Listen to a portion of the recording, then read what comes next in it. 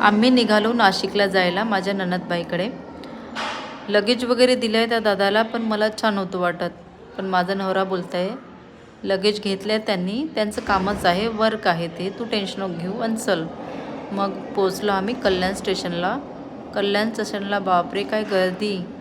नवऱ्याला बोलली यायचं काय आता मुंबईला वापस, जॉब करायचं का इथे. नवरा बोलतोय नको आता सध्या तर नको मुंबईला. गर्दी बघूनच नवरा घाबरला. आपण तिकडेच बरं दुबईला. मग नाशिकच्या ट्रेनमध्ये बसलो आणि निघालो प्रवासाला. प्रवास करताना थोडंफार खाल्लं आम्ही. मटर टमाटर सॅलेड करून आणलं होतं आणि मग इगतपुरीला पोहोचलो. लगेचच पोहोचलो, तसं 3 घंट्याचा प्रवास होता नाशिकचा. मग आम्ही नाशिकला पोहोचल्यानंतर मला छान डॉक्टर भीमराव आंबेडकरांची स्टॅच्यू दिसला. मग म्हटलं छान सुरुवात झाली नाशिकला. आणि छत्रपती शिवाजी महाराजांची जयंतीनुसार तयारी सुरू होती इकडे पण.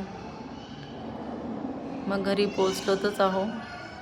मग माझे सासरेजी आणि ननदबाईच्या मुली सगळ्यांसोबत फोटो काढले छान. प्रवास खतम झाला. न्यू ब्लॉग बघा.